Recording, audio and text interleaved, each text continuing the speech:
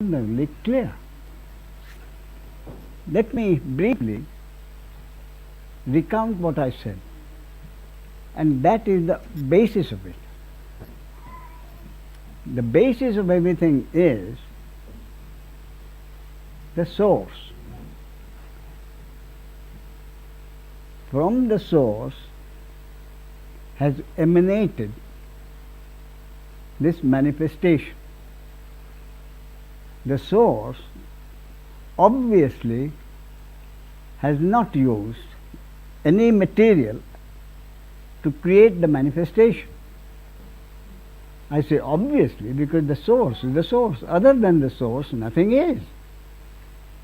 So the source had no material available to him or to it or to her to create the manifestation.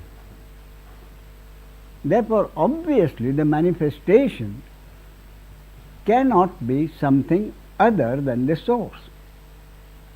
The basis is really as simple as this.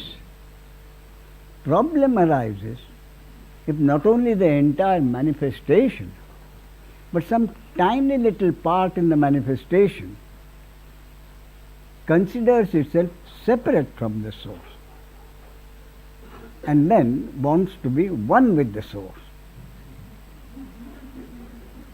That's the real problem. The source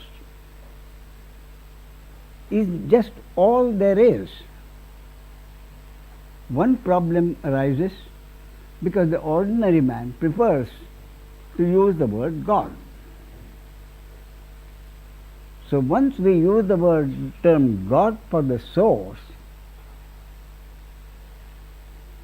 even if it is understood originally that we use the word God for the source, gradually in practice the word God has come to be used not as the source, but as someone, some entity much more powerful than the human being. All the problems in the world are only for the human being. No one is bothered with anything concerning either the source or the manifestation. The problem is the human being. And the problem is the human being because the human being considers itself, himself or herself, as something on his own. Therefore, as an entity in life, the human being has found that it cannot control life. So therefore, the human being has created an entity just like himself, an entity but all powerful. It is a concept that the human mind has created, called it God, gave that word or concept attributes: all knowing, all powerful, all merciful. I repeat, the human mind has created God as an entity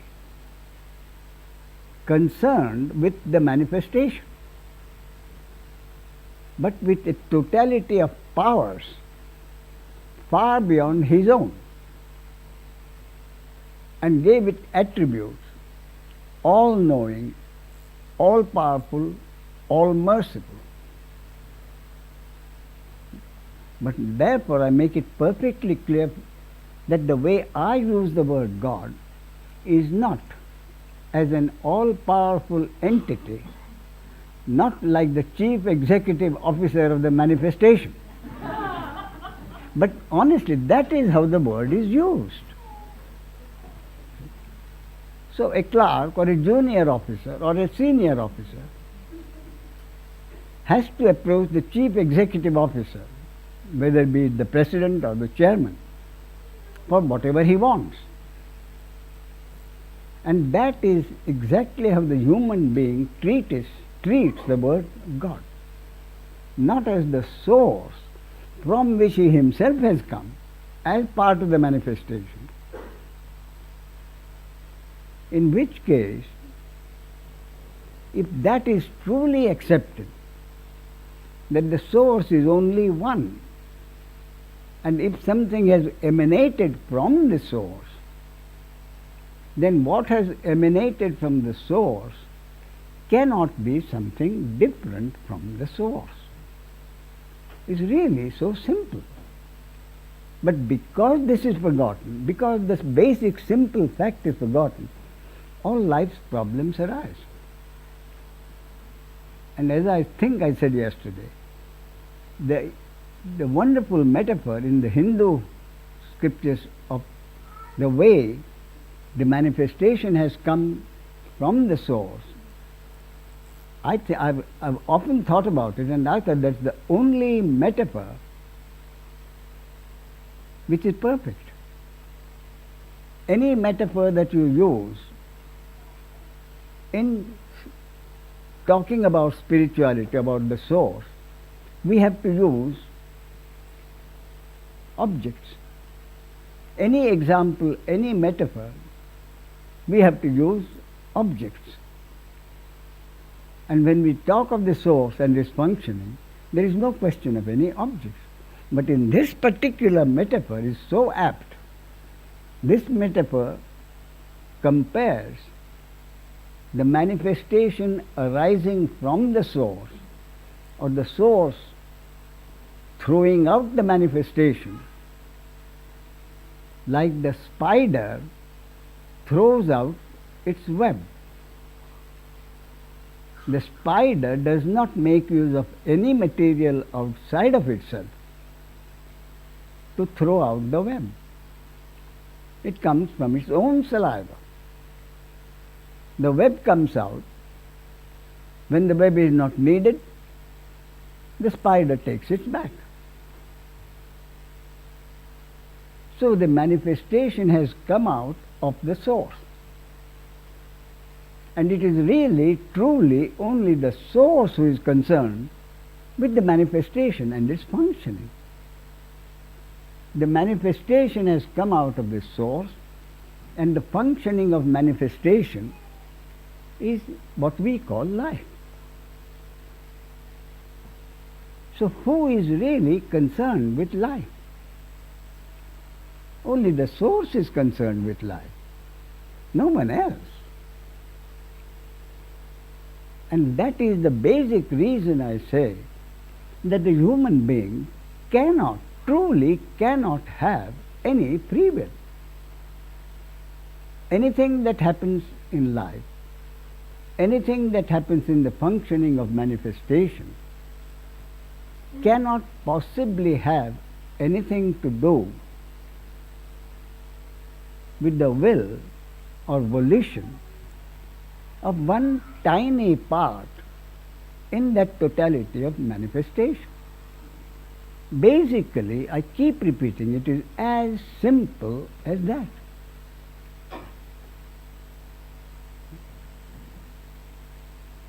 And yet the human being thinks, I am in charge of my life. I am doing something. And the average person who is not really concerned with the spiritual part of it, the average person's real difficulty, which I do appreciate, is this. The average person comes to me, and one of the visitors, and says, Ramesh, frankly, I'm not concerned with the high level talking that you do about the source of the manifestation.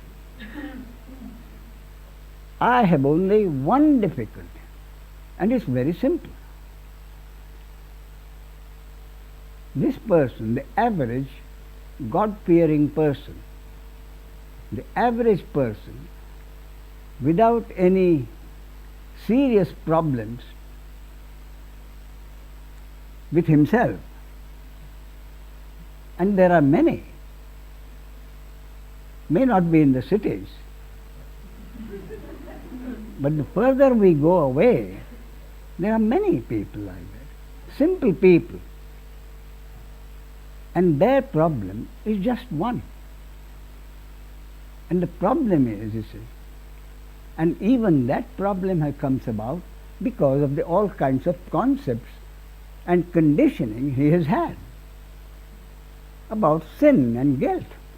Right from day one, the child is told about sin and guilt. You must not do something wrong, that is wrong, God will punish you. From the earliest moment, the child remembers more than anything this. You must not do that, it is a sin, and God will punish you. That God will punish you is one of the most horrible parts of conditioning which every one of us has received. And the child really cannot understand it. The child cannot understand it for two reasons. The child intuitively knows that he has not asked to be born. The child intuitively knows that it is not he who is doing anything or she who is not doing anything. The child knows everything happens.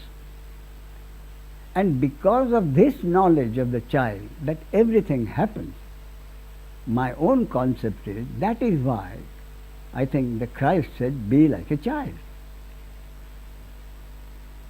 Why did Christ say, be like a child? A child can be terribly mischievous. And yet we are told, be like a child. So I thought about it, and it seemed to me, be like a child truly means the child truly does not intuitively consider itself the doer. The child knows. And therefore the problem, as I say, is twofold. The child accepts that some power has thrown him into the world.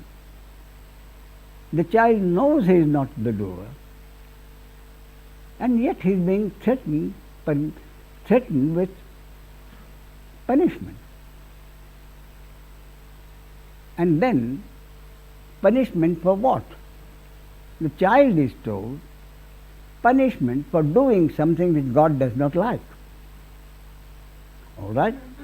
What is it that God does not like? The parents give him a list of things which God... And the most difficult problem for the child is, the child continuously sees parents doing exactly that. Honestly, that is the real problem of the child. The child is told not to do something, and the child sees every day parents doing exactly the same thing. And again the child intuitively knows that what happened, it wasn't the parent doing it, something was happening through the parent. So that is the difficulty. And it is from the background of this difficulty that the sincere question comes to me. He says, Ramesh, this is surprising how often the question comes. Say, Ramesh, I'm not particularly fond of money. I'm not particularly fond of anything. I honestly think I am an average person with average wants. And I would like to live according to God's will. I honestly would like to live exactly as what God wants me to do. But I don't know God's will. That is the real difficulty.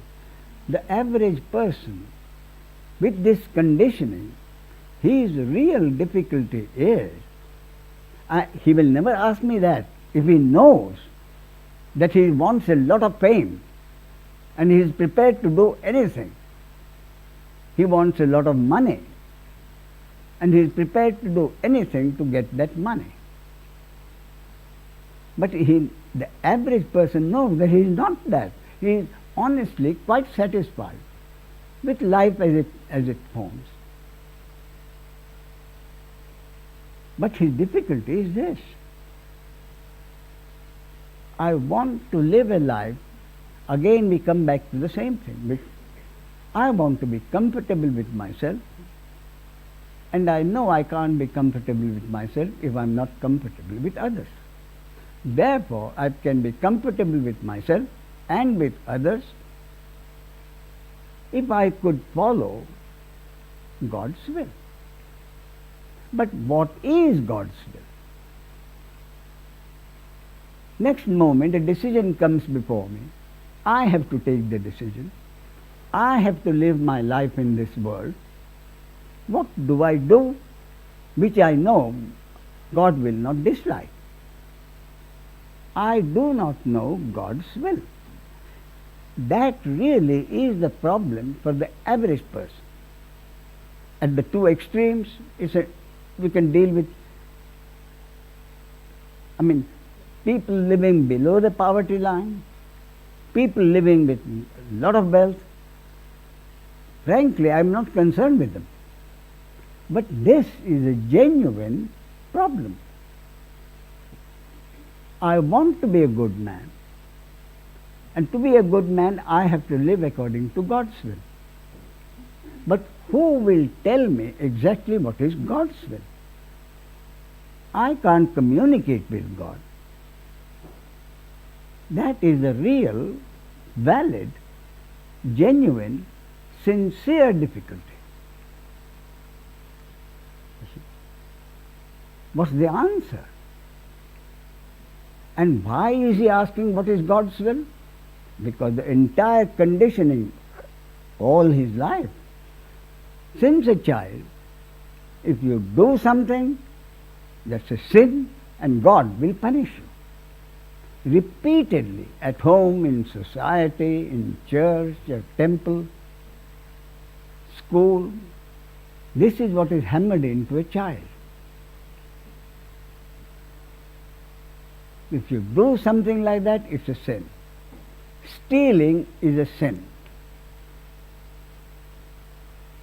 And I read the other day somewhere in some psychology, the child really does not know when he steals. It says so clearly, the child does not know what stealing is. The child just picks up what he likes. The child does not think he steals, but he is told, what you have done is you have stolen. That's a sin and God will punish you. So with this continuous conditioning, this is the problem. How do I do when it is me who has to do it? It is me who has to take a decision. What decision do I do? What action do I take which I could be sure will be according to God's will? Particularly there was one woman I remember, and when she asked this question, there were tears in her eyes. She asked this question with tears in her eyes. A sincere person wanting to do what is right. And what the people have told her about what is right and wrong, she has found from experience to be terribly confusing. Therefore, she says, I want to do what God considers right. How do I know what God considers right and wrong? And the more she tried to explain her difficulty, she was more and more emotional. I don't know whether you can imagine such a person asking such a query, but it actually happened. And you should have seen the relief in her face when I told her. I said, your fears are totally unfounded. You may do whatever you like. And especially now that you have admitted what you like is what you think you should do, there can be a difference. Someone can say, I know what I should do, but that's not what I would like to do. What I like to do is quite different from what I know I should do. But here, even that is not the problem, you see. And there are many like that. We go by our own experience and we think such a case is exceptional. But it isn't. So I repeat, the difficulty for this lady was, I do have to take action.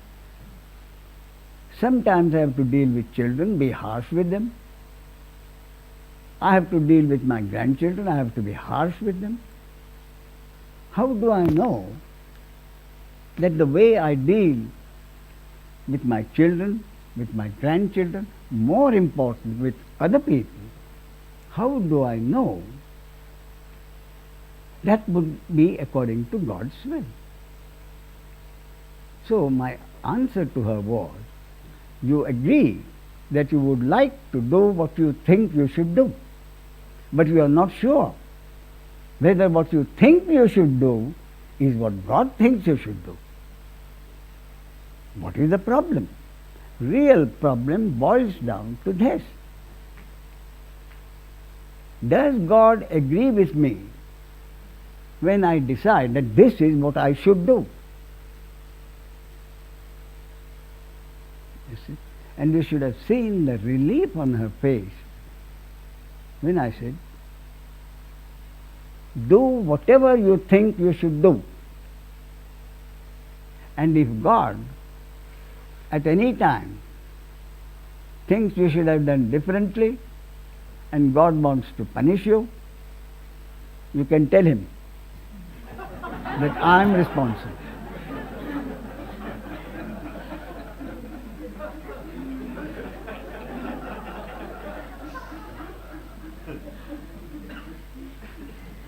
You should have seen the relief on her face.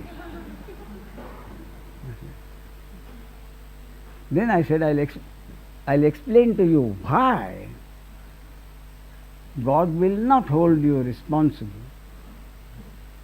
for something you do that you think you should have done. The answer is, you don't know what God wants you to do. But God, being God, knows exactly what you should do. And that is exactly what you think you should do. In fact, what you think you should do is not what you think you should do, but what God wants you to think you should do. I said, it's as simple as that. In fact, I went to the extent of telling her, nobody can do anything which God does not want him or her to do.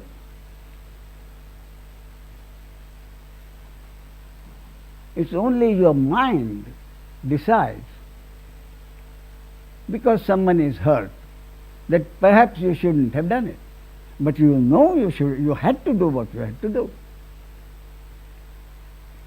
So, in one word, I repeated to her, what you think you should do, it is not you who think what should be done, but it is exactly what God wants you to think. You see? And the relief on her face was fantastic. And she came up, then if this is true, life should be very simple. I said, it is. Life is simple. But then I said, it is not as simple as you think it could be. Because what you think is, if I do something which I think is right, and you tell me that that is exactly what God wants me to do, then whatever happens, I should not be punished.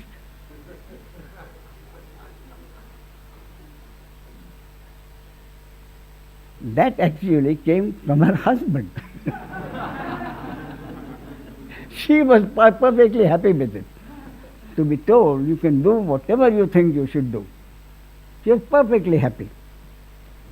But the husband says, see, but if something she does which turns out to be not acceptable to other people who count, then she would be punished.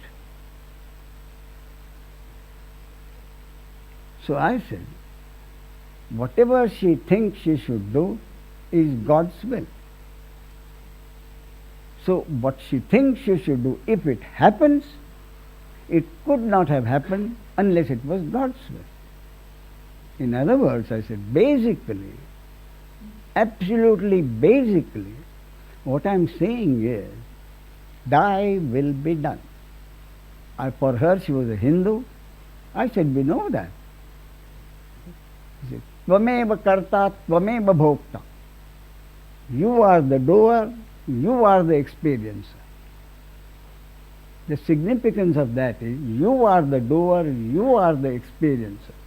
The significance of it is that I and everybody else is an instrument through which you are doing what you are doing, and I am the instrument through which you are experiencing whatever the experiencing is. So the human beings are only instruments through which God is doing and God is experiencing. So any action that happens could not have happened unless it was the will of God. And the consequences of that action are also the will of God. And action and the consequences go together. I told the husband, what you are concerned about are the consequences for you as the doer. But that is not a fact. Something that happens through any body-mind organism, which he may think he has done, the consequences could affect not only the doer, but many others. And the many others were truly not concerned with the doing of that. And yet the consequences affect many people. Therefore, I said, my basic understanding is, any action that happens, any event that happens, any deed that is done, could not have been otherwise than God's will. But the consequences of that are also God's will. The typical example I have is a decision which the chief executive officer of a large multinational company takes. He makes a decision with or without the advice and consent of his colleagues. Usually, the chief executive officer would consult his assistants.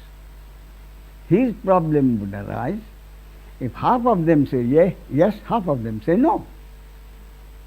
Then, as Truman said, the buck stops at the chief executive. He has to take a decision. And if it's I said, large multinational company, that decision could affect not only the chief executive officer who may have to resign, but it is going to affect a lot of people. Those who work for the company, the clients and their clients. So one decision, important decision of a big multinational company can affect thousands of people. So therefore, as you sow, so you reap may sound well, but it doesn't work in life. So this is, and more complicated life becomes, more and more effective this point is. a decision that you take, if it comes out as a deed, then number of people will be affected, and who will be affected is truly not in your control. The practical part of it, you do an action, you take a decision, who will be affected by that, nobody can truly anticipate.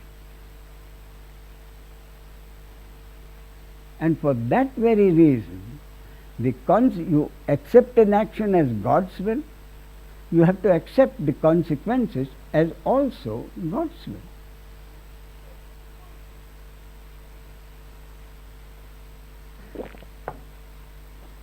So, no one can really be punished. There is truly no one. That is the other complementary basic point. All there is the source. Whatever is in the manifestation is truly no more than an object. And which deed happens and which object will be affected is only God's will. And if I keep repeating, if you don't like the word God's will, take it as the cosmic law or the quantum law, cosmic law, which no individual can ever expect to know. The basis of the cosmic law, how can anyone know?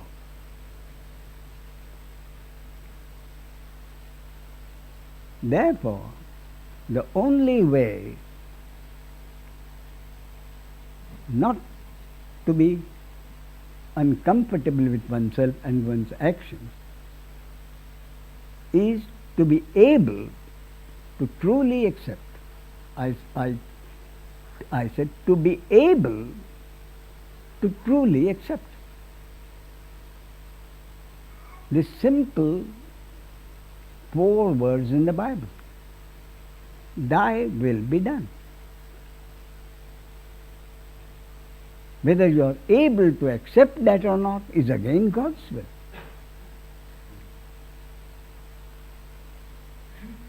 So when I mentioned this some time ago, there were only 2 young ladies present. When I said that, one lady, that gives me a tremendous sense of freedom, Ramesh. I truly feel that I am not responsible for whatever happens, including myself. She had that, including myself. Some action happens, I have no control over it. What it does to me or anybody, why should I worry? I feel tremendous sense of freedom. And before she had finished talking, just that one simple sentence, the other lady said, it gives me a tremendous sense of helplessness. Same thing, 2 different views. And both are said by the ego. One ego says it gives her a tremendous sense of helplessness.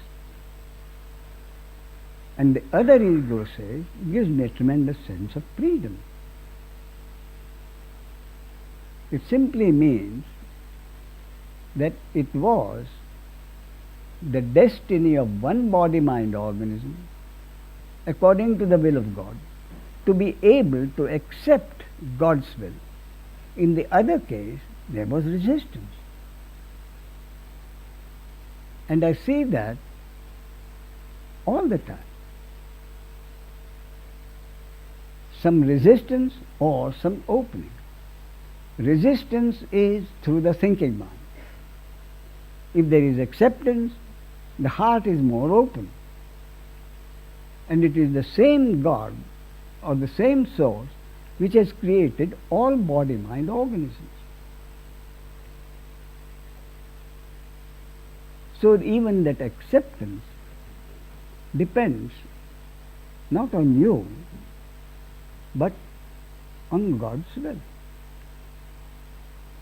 And this, one can imagine the frustration that this point arrival at this point gives to the spiritual seeker.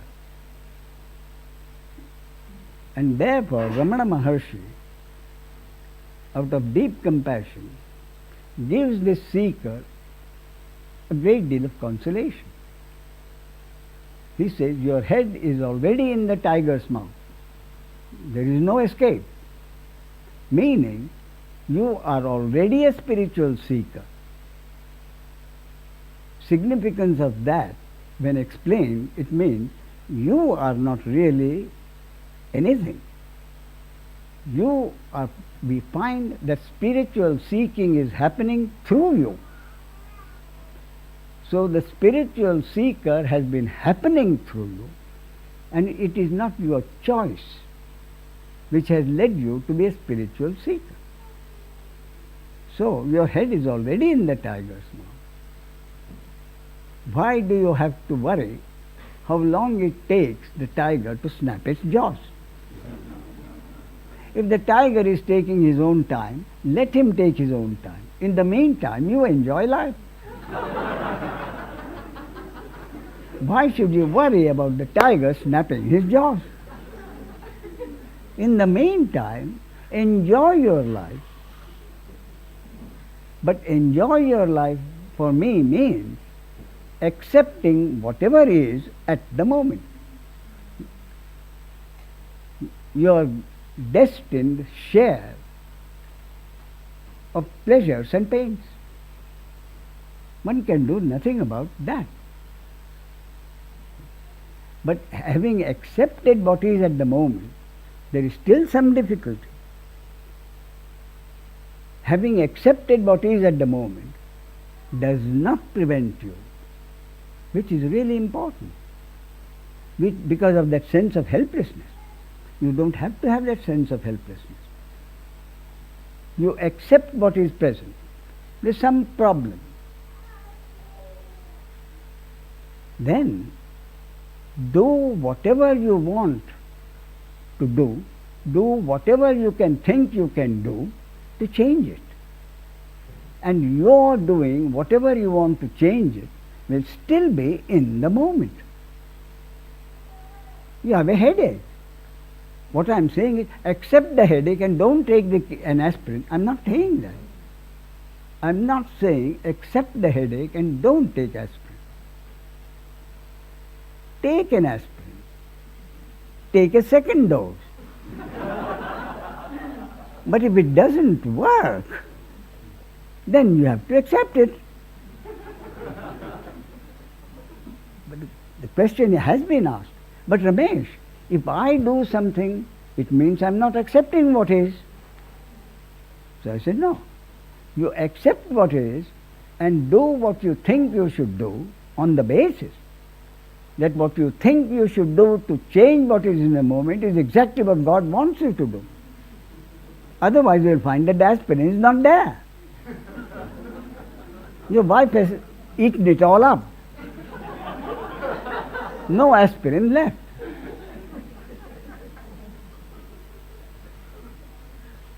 So, accepting what is, this is very important for me. Accepting what is does not prevent you from doing what you think you should do in the circumstances which you accept. You see? So do whatever you want to do with the understanding that whether what you want to do, whether you decide to do, happens or not is not in your control, and the consequences are also not in your control. So this is truly the simplest way of accepting your responsibility. Again, the question of responsibility.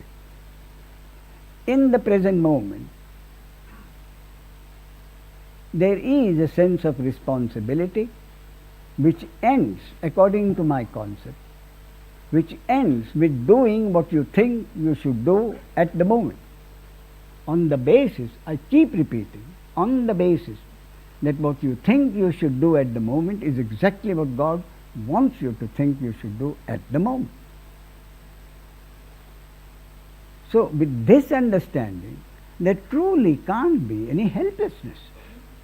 Do whatever you like. What more freedom can you have? In other words, the basis of this is we think in terms of an action happens, the consequences of that, the consequences become the cause of further consequences. So we think in terms of cause and effect. Effect becomes cause. What we forget is the arrow leading to cause and effect. We think in terms of the arrow as one pointed. My suggestion to you is that it is double pointed.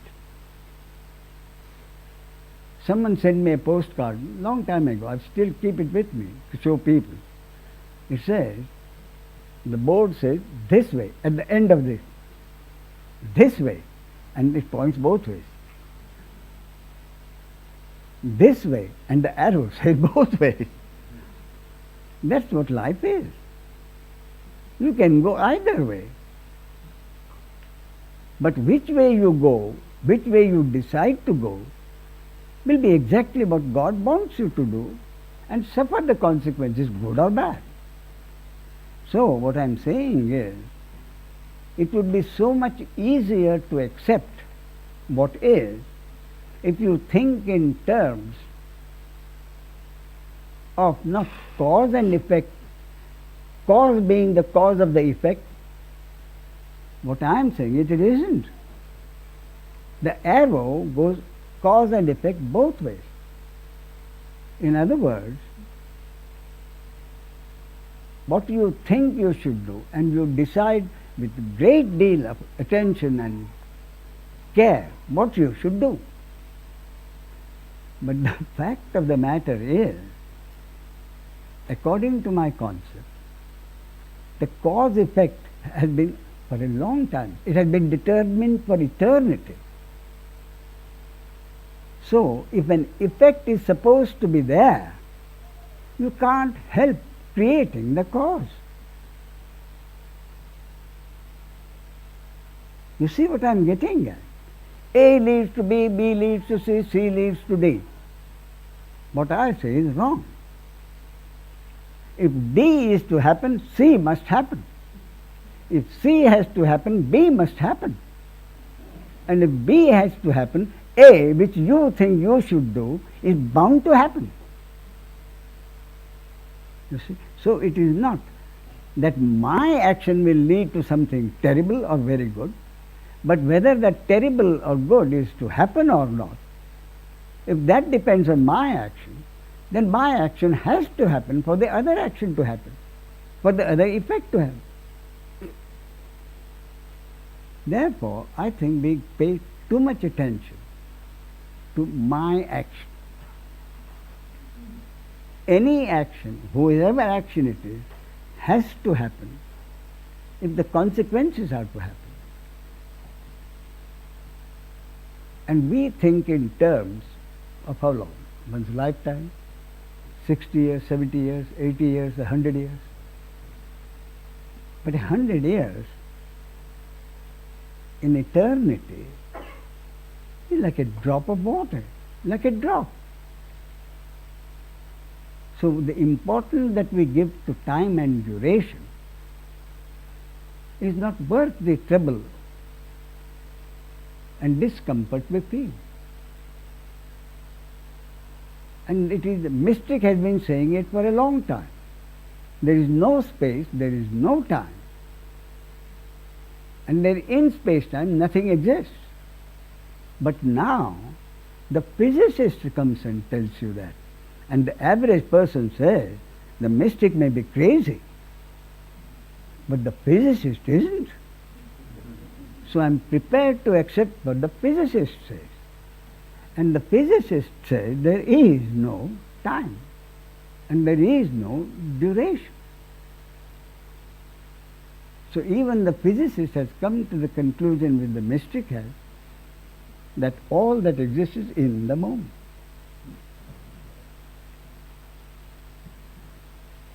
So the point of all this is that most of the time the ego worries uselessly. And yet, if the ego worries, the worry of the ego has happened. And it could not have happened unless it was God's will. So if an ego worries, it's because God wants that ego to worry. So more basic question arises. If it is the ego who is the problem, why has the source created the ego? Surely God does not want people to suffer, and the ego suffers. The ego does not suffer, the ego creates the suffering. The ego creates the suffering. The ego creates the suffering by choosing between the interconnected opposites which exist it must exist at any moment throughout the history of time. There is no moment when the interconnected opposites have not been there. Pleasure and pain, beauty and ugliness, male and female. You can't imagine a world, a functioning life without these interconnected opposites, beginning with Adam and Eve. I'll tell you a story about Adam and Eve.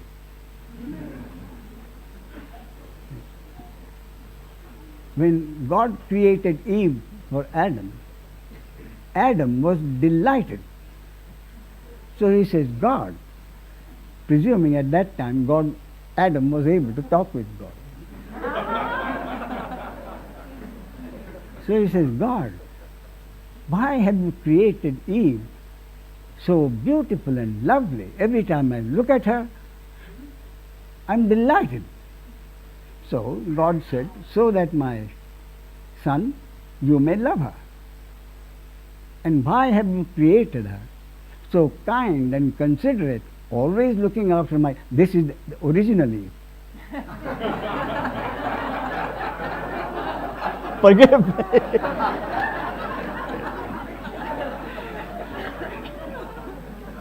So Adam says, God, why have you created Eve so kind and so well, looking after me so well? Again, God says, so that my son, you may love her.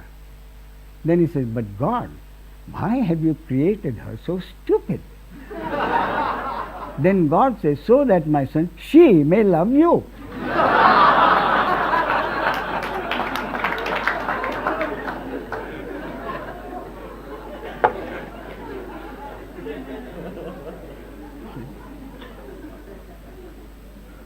So the whole problem arises when you think of Adam and Eve as on opposite sides. Then the feminist movement arises. You see? My advice to the human man today, if you want to have a good marriage, let your wife go her way and you go her way.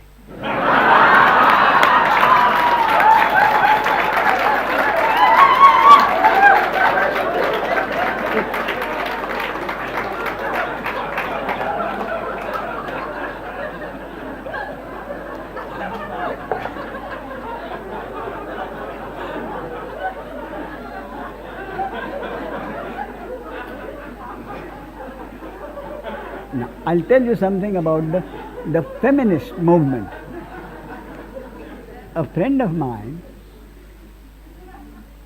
was married, had a relationship with a woman for over 2 years. He was a wonderful man, kindly, humorous, a wonderful man. So was she, very capable. And he didn't mind her being capable, doing what she wanted. They had a very good relationship for 2 years. and she was a die-hard feminist. Her name was, what was the first one? Name? Kelly? No. Anyway, let's say Kelly. It was Kelly Goodman, that was her name. She had it changed officially to Kelly Good Woman.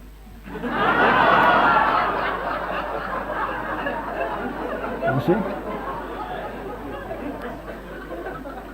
Then they got married. And would you believe it? The very first day, they come home from the register or wherever it was, and she was extremely uncomfortable. She confessed to Ed, the husband. He said she is very extremely uncomfortable. She feels restricted. Just the fact that she was married. And then the day of the marriage, they parted. She couldn't stand it. The other feminist story is this. There was a staunch feminist traveling by air. When the plane took off, the feminine voice said, "I'm the captain. My name is so and so." And it will interest you to know that the entire crew consists of women. And this feminist was delighted. So she sent for the air hostess and said, "Would it be possible to meet the captain? Would it be possible to go to the cockpit and meet the captain?" She said, "I don't know, I'll go and ask her." So she went and brought the news. She said, "Yes, she's prepared to see you. But I must warn you that we do not call that place a cockpit anymore."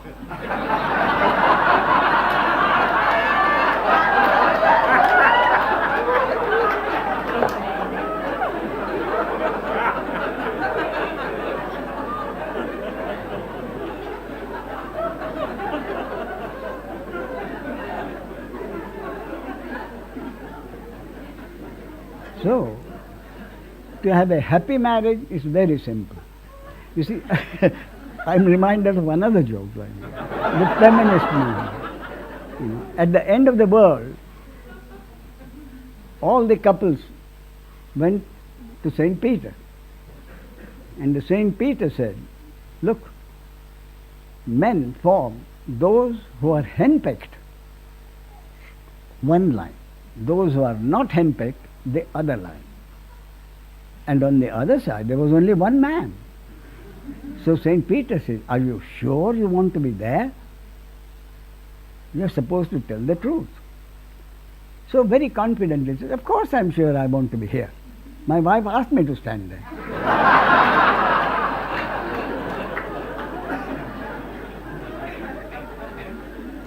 So if we accept that we are henpecked, no problem.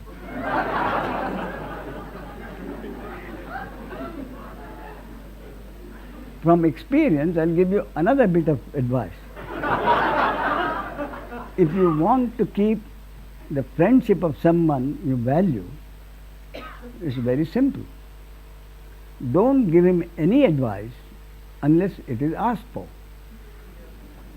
If it is asked for, give him the advice, but don't expect it to be followed. And you'll have a wonderful long friendship.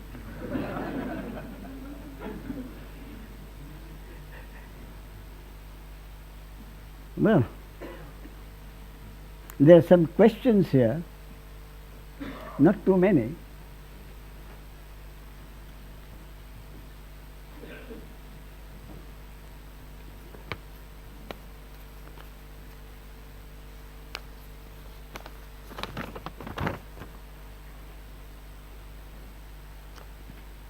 This is from someone who says, "I do experience intense outbursts of aggression, even to the point of wanting to kill, controlled by moral and compassionate reasons. including shame and the wish to overcome this fury of my mind. As God seems to enjoy aggression and control both in me, I still feel exhausted by this show. What not to do?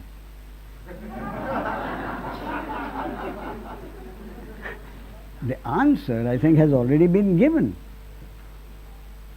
He says, God seems to enjoy the aggression and control both in me. So if that is God's will, who is to do anything about it? It will last as long as it is supposed to last.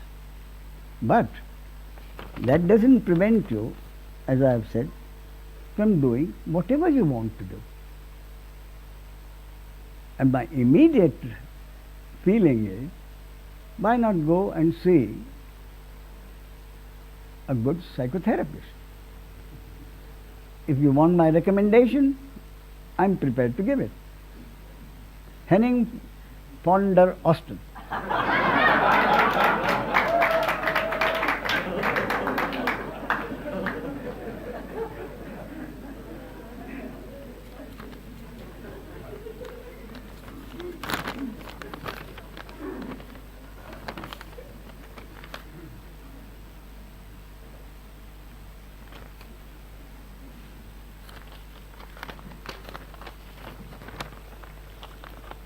This one, in one of his talks, Nisargadatta told one of his devotees, for a king who believes he is a beggar, to know that he is a king, he must act as a king. He then went on and told the devotee, act as if what I say is true, and see what happens. In both cases, he infers individual doers and advocates personal doership, thereby strengthening the illusory ego. Can you comment on these apparent contradictions? The answer to this is, it is always the ego with which I have to deal. It is always the ego. So whatever I have to say is to the ego. So Nisargadatta Maharaj tells the ego, if you are the king, act as if you are the king. You have no volition. You have no free will. But you have to live your life. So, live your life as if you have free will. No problem. Act as if you have free will, knowing that you have no free will. When I mentioned to somebody, he said, that will make me feel like a hypocrite. When I know that I have no free will, how can I act as if I have free will? And this really suggestion, as if, is from a German genius, Hans Weihinger, which he wrote the philosophy of as if, I think at the turn of the century, turn of the last century, not turn of this century. And the basis of it is this. And he is a genius. The English translation which I read, even that small one, even that contained enormous amounts of formulae and mathematical formulae, which I of course skipped. And I read only what concerned me and what I could understand. And what he said was really simple. He deals with that question of hypocrisy. And he gives an example. He said, you know the sun doesn't go anywhere. And yet, you have no problem using the words sunrise and sunset. You know the sun doesn't go, so you know you have no free will, but act as if you have free will. And that is what Maharaj tells him. Act as if you have free will. But what I suggest is a little further, and that is, you can only try to act as if you have free will. If it happens, it could not have happened unless it is God's will. All you can do is try to do what you think you should do. The moment it happens, honestly, your responsibility is over. Quite apart from the consequences. An action happens, it is God's will.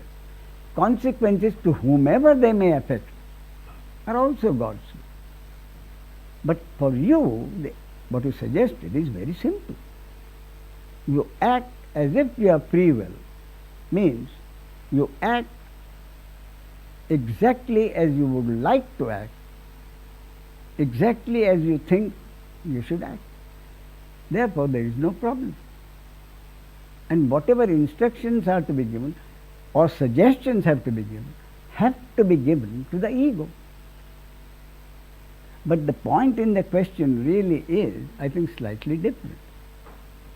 What he means is, if the ego is given instructions to do something, to reach a certain goal, then the instructions have to be made clear. And to that extent, a great deal depends upon the teacher with whom you deal.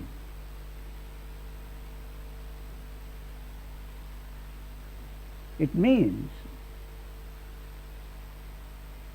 what he says really, I think, refers to the danger of the ego becoming stronger,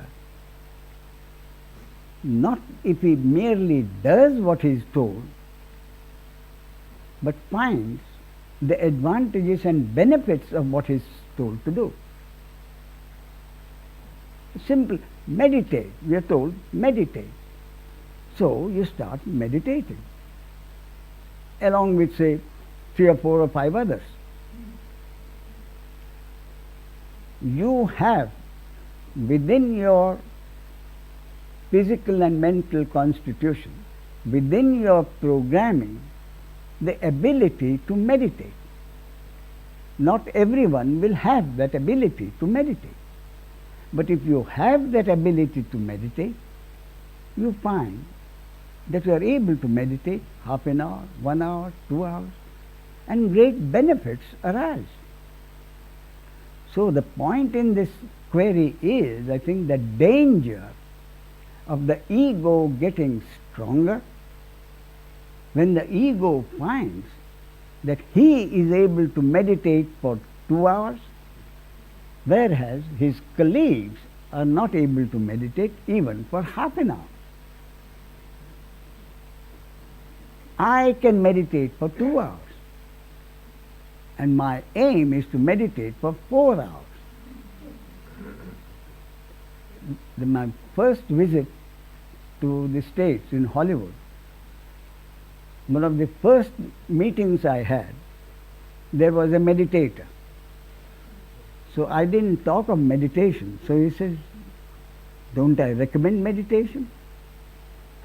So I said, not particularly. But if you like to meditate, I won't ask you not to meditate.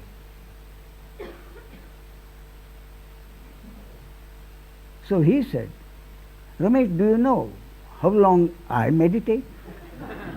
So I said, no, sir. So he said, I meditate for 14 hours a day. So I said, you deserve a medal. What I really wanted to ask was, I don't suppose you have to earn a living. If you had to earn a living, you wouldn't meditate for 14 hours a day. But the point in the question is valid, and the point is this. The danger in any specified spiritual effort by a me, I repeat, the danger, not in every case. The danger is that as the benefits accrue, and the benefits must accrue for anything that is done, physical or mental or psychological, anything. If someone wants to develop a better physique, he goes to the gymnasium, works as he is asked to do. He is a conscientious worker, and he finds 6 months later he has developed muscles. So, whether it is physical muscles or spiritual muscles, the muscles will develop if what is suggested is done rightly. But the danger is, as it quite rightly, I think, points out, when the ego finds the benefits of that spirit, that particular spiritual path, the danger is that the ego gets stronger, because there is a meditator meditating, doing the meditation with a certain aim in view, to get enlightened. You see? So there is a triad there: the meditator, the meditating, and the aim. So if by the grace of God this triad is demolished and there is no meditator, the meditator realizes, again by God's grace, that it is not he who is producing the benefits, but the meditation itself. Then the true meditation, according to my concept, is that meditation in which there is no meditator meditating with a particular aim. Meditation happens. The meditation begins with a meditator, but depending on God's will and the destiny of that particular individual, meditation may develop into pure meditation. So, meditation is one, the yoga is another, repeating God's name, japa, is a third one, social work is another. So, any of these, the danger that is mentioned in this question is, so long as there is an individual ego considering itself the doer, wanting to get some benefit, that danger is very much there. And it is from that point of view that I suggest the only spiritual effort that is necessary from my concept, and that is to investigate your actions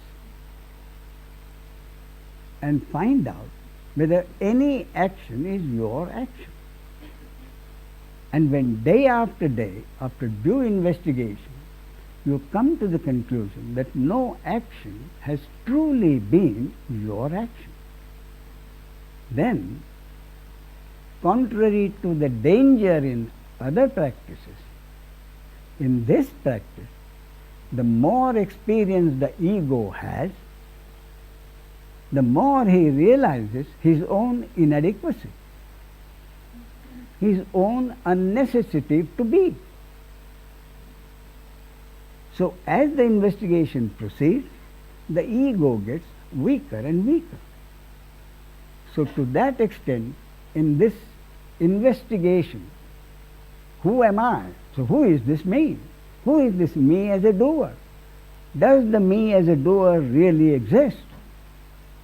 In this investigation, as the investigation proceeds, the ego gets weaker and weaker until he collapses.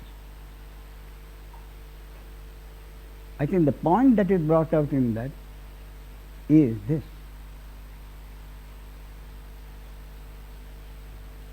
I think there is one, incidentally, the same gentleman, Derek, he has written a nice poem.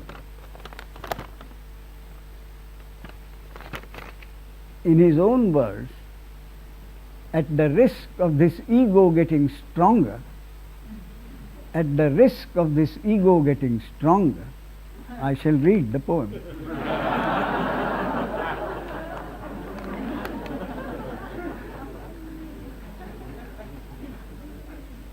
In silence is the eternal, that which is without measure, beyond thought. In silence alone is love, neither here nor there, but everywhere. In silence is heard the divine utterance of the universe, which is God manifest. In silence does the lover and beloved unite as one beyond time. In silence thou art that which, birthless and deathless, knows not but pride. Thank you, Derek.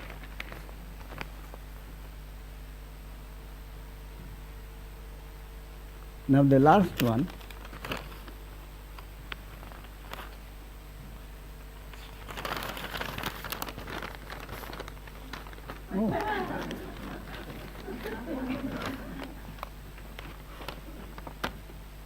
What is the difference between enlightenment and liberation? I think they are just two synonyms for the same thing. Enlightenment, liberation, self-realization, total understanding. Personally, I think they are the synonyms for the same. Does final understanding have any effect on the dreams of the sage? I think the question really is, does the sage dream? That is the real question. I was reading a book by J. Krishnamurti many years ago, and he said he never dreams. I put the book down and said, surely that cannot be true. Because, for one thing, the sage, unless the sage lives in a cave in the Himalayas, where he doesn't meet anyone, no life exists as such. So the personal dream will be based on life as it happens during the day, any kind of life. So Krishnamurti must have had his daily life, whatever it is, meeting people, and there were obvious times during his talks when Krishnamurti, I am told, used to get angry, very angry. And one question which particularly made him angry was the question about psychotherapy. And he used to say, don't talk to me about those pests. And the answer why he was so much against the psychotherapist came to me one day in Santa Barbara. My host, who was dying, really literally dying. I mean, he was able to move about, I could talk to him. So I asked, I think Wayne asked the lady, he's in such bad shape, why do you invite us for a seminar? She said, he insisted on it. So there was this man who later on, who died during the night, the next night. In the meanwhile, knowing how bad he was, and the seminar didn't start, so during the day when there was no seminar, I sat with him. I talked with him. He had his problem. I talked, then he would doze off, and then he would come back again. Oh, are you still here? Yes. I said, there is no seminar today. Oh, I'm glad. I wanted to ask. So I had a long talk with him. And during that talk, he told me that his name was Ben Weininger. Ben Weininger, who was known as the 10-cent psychotherapist. because on the Friday markets or somewhere, he would take a piece and he would sit there with a table, and anyone who needed psychotherapy on that particular day could come, give him his 10 cents and have a talk, probably half an hour, whatever. So he was known very popularly as the 10-cent psychotherapist. So what he told me was that he was J. Krishnamurti's psychotherapist for 20 years.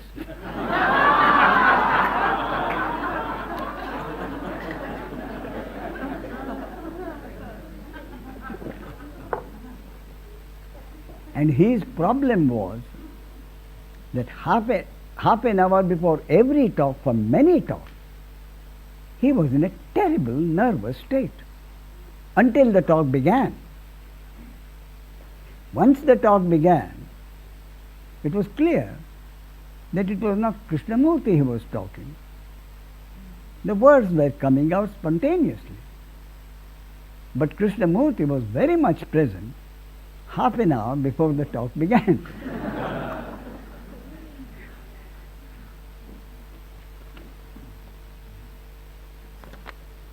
Yes, and about the dreams, I had this problem. Could Krishnamurti really have had no dreams? And then I came across a question and answer about Ramana Maharshi. Somebody asked Ramana Maharshi, Bhagwan, do you see dead people? And he said, only in my dreams. So I said, well, I'm in good company.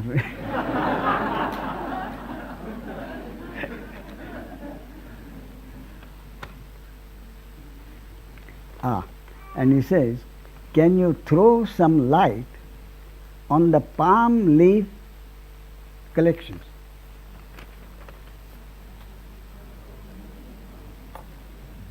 You know what he's talking about? This is known as predictions which are known in the south of India and probably elsewhere in Far East, I don't know. But certainly in India, there are collections in the south. They are called Nadi fortunes. N-A-D-I, Nadi. And they are carvings on palm leaves with a very thin point. There are carvings which predict the fortune of any individual who finds his nadi in there. Written obviously thousands of years ago, before paper and ink was discovered.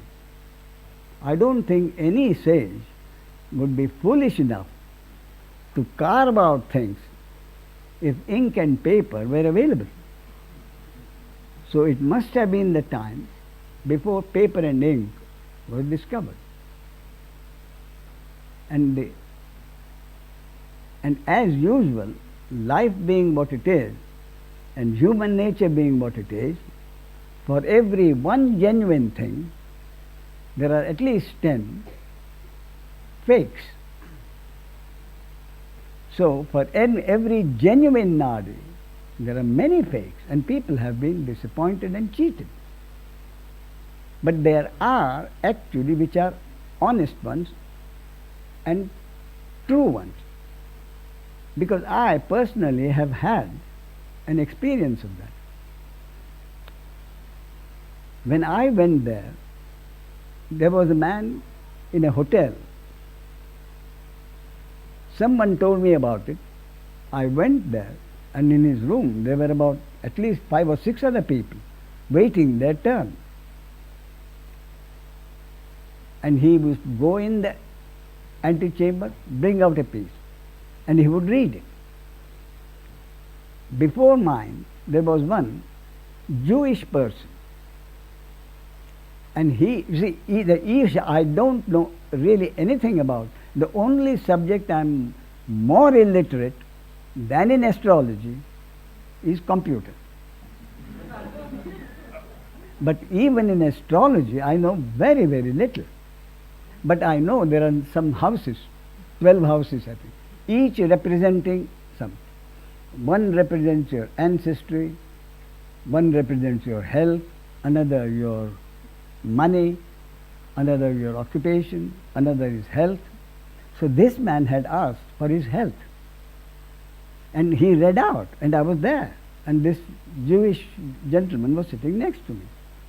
And in that, the suggestion was that he should repeat a Jewish prayer so many times a day. And this man stood up and he said, look, nobody is supposed to know that prayer except a rabbi. And here it comes in the Nadi, the whole prayer. Then there is a simple test whether it is honest or not. And that is, in the honest one, number of names are mentioned. Your name, your parents' name, your brothers and sisters' name, your wife's name, your children, actual names. So if you happen to go to one of these Nadi readers, make sure that in several names are there, then it is genuine. And one more thing is, every single event in the past is right. The future may or may not be 100% correct. Bulk of it does come out right. When I went, the only thing I was interested in was the spiritual part of it. So the reading came. In that it was said that they used to call it the subject.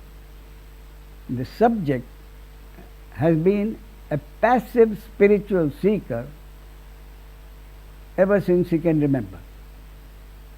He will meet his guru after 7 or 8 years, but that relationship will last for about 20 odd years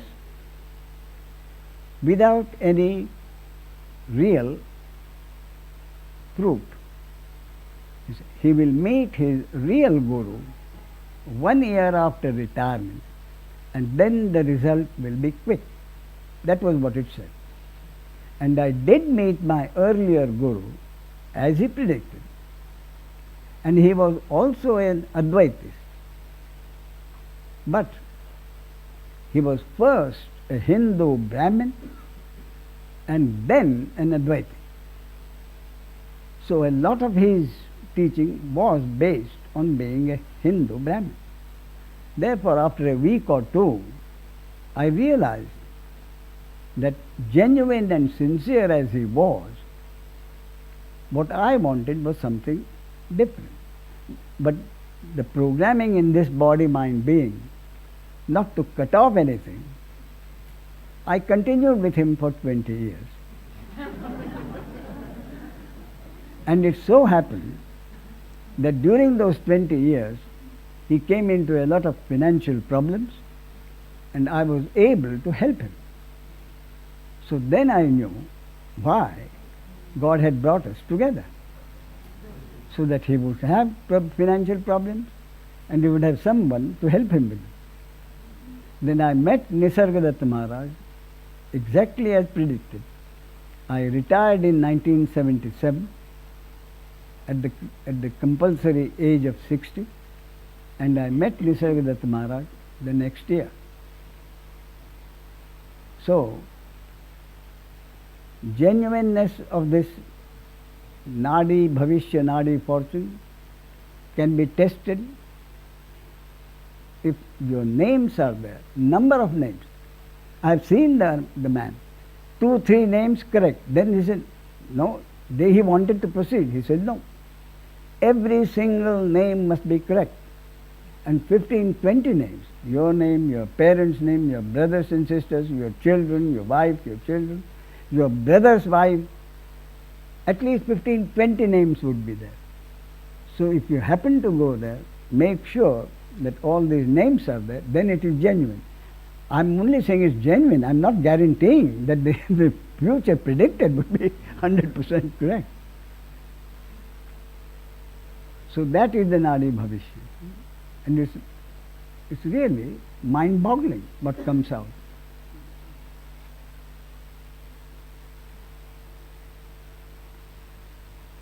I'm through with my questions. So next 5 or 10 minutes, if any questions at the moment. But these written questions do help.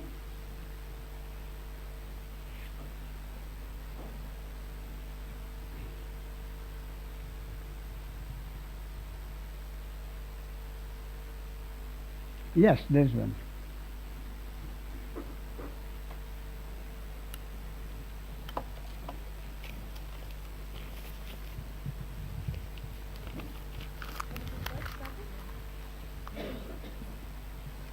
Was hat es für einen Sinn, in diesen Palmenblättern zu suchen, wenn sowieso alles geschieht? Was kann es mir bringen oder wem bringt es was?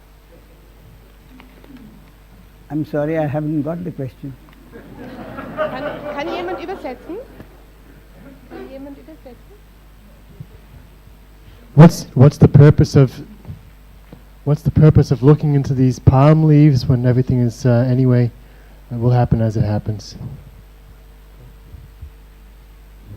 And is the same question repeated? What is the question, please?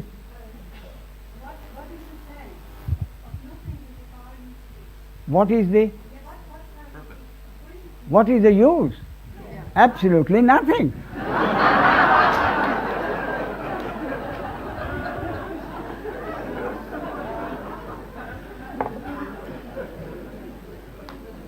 My own point really was about whether I would meet a guru and when it would happen. That was my interest, basically.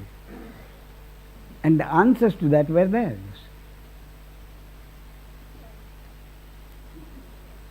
But I suppose there is a natural curiosity about what is going to happen to one.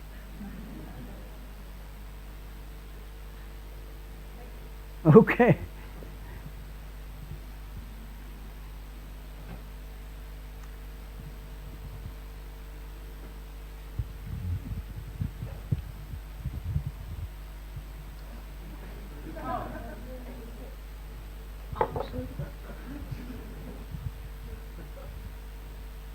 Ramesh, Yes.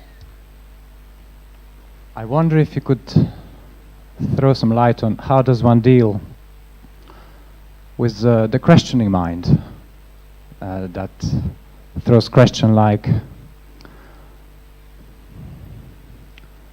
why has the source allowed or made possible the fact of forgetting and hence feeling one's separateness? What is... in other words, yes. I think your question is, why has the source created the ego? Yes, which indeed. is separation. Yes, indeed, yes. That is the question. And you will say it's to do with the interconnectedness of human relationship. That's right. So my answer was, without the ego, interhuman relationships wouldn't happen. Friendship and enmity, love and hate. And without interhuman relationships, life as we know it cannot happen.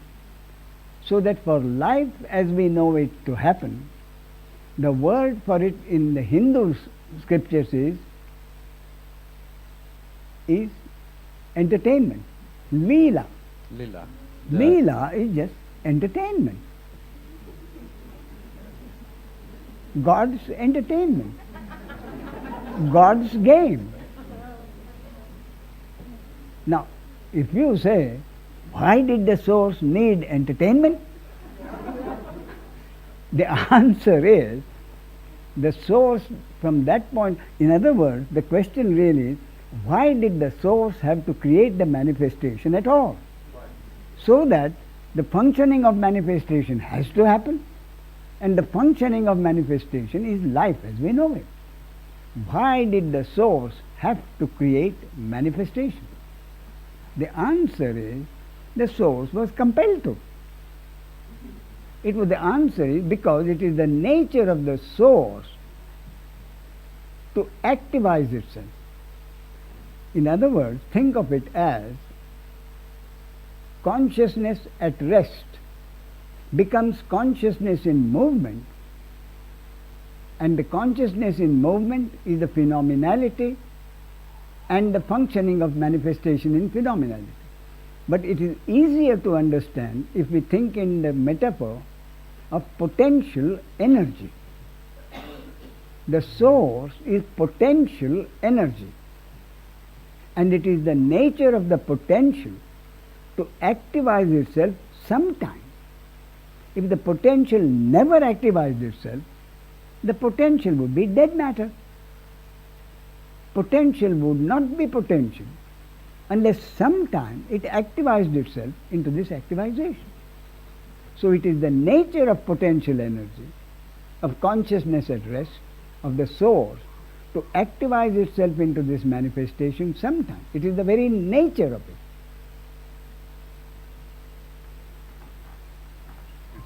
Thank you. Leave it for next time. Right. Thank you very much.